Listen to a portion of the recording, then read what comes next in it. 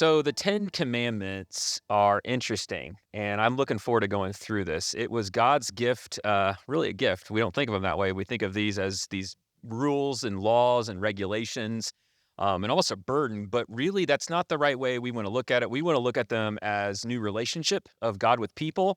We're going to be looking at these as a new lens, not so much a law, but a new way to see the world. And I think it's going to open our hearts and minds to something new.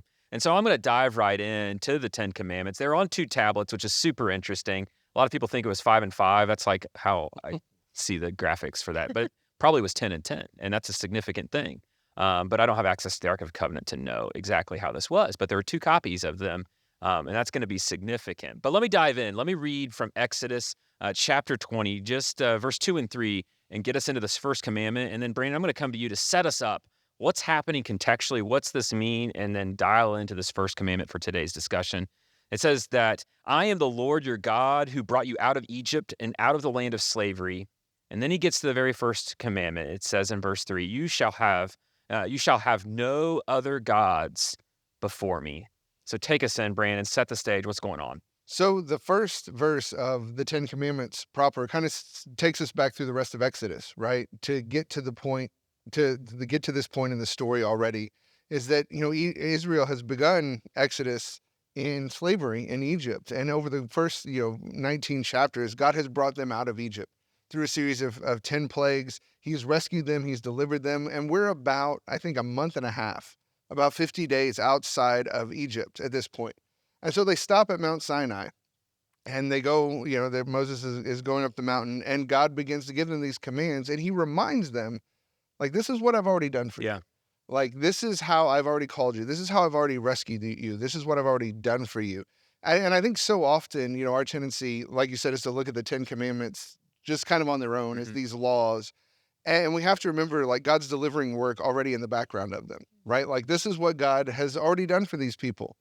This is how he's already spoken. And so what he does in this first commandment is kind of defines that relationship for them. Like, hey, I've done this. I've done this. I've delivered you. Now it's because I want you to have this relationship with me. I want my relationship with you as your God to be the dominant relationship in your life. And unlike the Egyptians, unlike this land that you've already come out of that has hundreds of gods, Yeah. he's saying, no, I'm one God. So, I'm Brandon, I one. want to ask you a couple things with that. Number Yeah. one, it is interesting. One way to look at all these commandments is understanding that it is to represent God to the world. These special people in his nation is to represent them. And so, you shall have no other gods before me is in stark contrast to the rest of the world.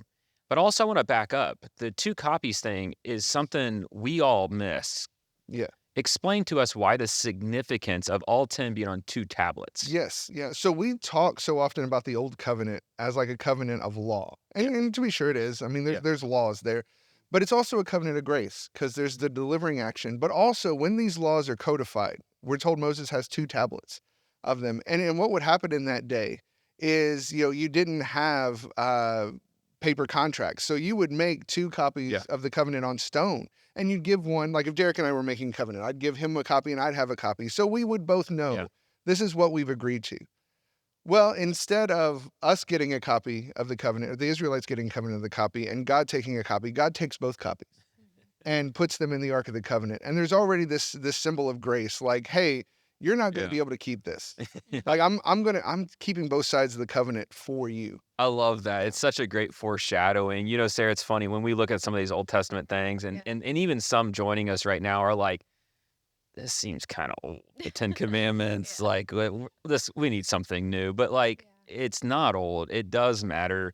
And we may not think of it in the same context as ancient times, but what's this mean for us today in today's church when you think about you shall have no other gods before me? Yeah, I think about when Brandon was talking about the Exodus, they've left Egypt and they've watched this one God defeat all of these other gods. And so I love that he's saying, hey, I am the one God that you should follow because he is above nature. All of these, the sun god, all of these gods that he's just defeated through the plagues, he's above nature. He's personal. And so these other gods in Egypt were so far away and so impersonal. So he's a personal God. He's good and he's holy. So he's already setting himself apart as this one God that you should serve and follow. But I think for me, when I think about this, like it's such a 180-degree difference But also, we do this ourselves. Like, we've just been talking through Romans about trading the truth of God for a lie. Like, how many times do I say, like, oh, I'm going to serve all these other idols and all these other gods before I serve God? And we get that out of priority so many times. But I love that he's establishing this relationship right off the bat. He's like, I've already provided for you. Like, I am worth following and I'm worth being the one God you should follow. Yeah, it's interesting because, yeah, if you look back, Brandon, at the plagues, right, where they left Mhm. Egypt, it's in stark contrast. It's God deliberately dismantling all of their other gods with Yeah. each one, and that really does matter in today's culture because there's so many things that we serve the gods that we think are going to make a difference in our lives, Yeah. and so we bow down and worship all these other things that ultimately do not lead us where we want to be, and they don't do that. They don't set us in right relationship. So, Derek, when you think about personally, how does this apply today? Because it feels so distant sometimes Mhm. to read something like this. What do you think of personally? Yeah, I think when you look at it from like a New Testament lens and following Christ, one of the big things that we do when we start to follow Jesus is we make him the Lord of our life, Mhm. right? And so we're making him the boss, the one who's taking the reins. And a lot of times, like Sarah said, that's in complete contrast to what's normal in culture. And it's really against what our nature is as humans, the sinful nature we have, because I would argue that for each of us, doesn't matter who you are, the greatest idol we have in our life is ourself.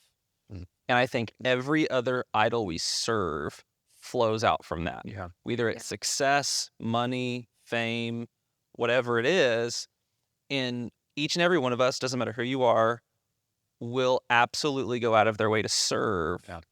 those things. And so, I look at my own life. I love to have peace in my life. Well, there are many things that I will do to ensure that I have peace in my life or comfort, whether that's through money or a job or family. And none of those things are bad, right? I'm not, like making a little figurine or putting it in my pocket or anything and worshiping that. But I think if we're all being honest, that's where it comes out the most. Yeah, and it's funny is you can build idols really close to God Mm-hmm. and miss it, you know? Yeah. I talk to other pastors at churches. You can make the idol growth at all costs, Mm-hmm. and that's not the God we serve. You could be sitting in a moment and trying to contribute to a Bible study where we're sitting around, and you could serve the idol of sounding smart Mm-hmm. rather than knowing your God. Yeah. You can serve the idol of looking like a good family rather than reflecting the glory of God. Mm-hmm. And I think we can miss this. So Brandon, as you think about this text and the setting and this moment in time, finish us out for today. You shall have no other gods before me. What do we need to remember? I think it's no coincidence that so many of the other commands in the law, there's 613 commands in the law, so many of the rest of them come back to this. It's like, this is what it means to put God Yeah. first. This is what it means to follow him above every other thing. And, I think Derek hit a very important idea there is that idols really set our ideals. Like when we set up our idols, when we set up what we're following, we are going to turn into that. Mm-hmm. And especially the prophets, they'll come back around. Isaiah will say, if you make idols, if you follow other gods of wood and stone, like you're going to become like them. You're going to become thoughtless and you're going to become unfeeling. And the idols that we chase, the other gods we chase, we have a way of turning into them. But the good news of that, right, is that God invites us to follow him instead. And so either we're going to turn into these other pursuits that we chase after, or we're going to turn into the God of the universe, right? We're going to become like him. Yeah. We're going to share his qualities, his characteristics. And I think it's just an invitation to us to look at our own lives and say, what am I becoming like? Yeah. Am I becoming like God? Or am I becoming like these other pursuits that have come to dominate my life? You shall have no other gods. I love that.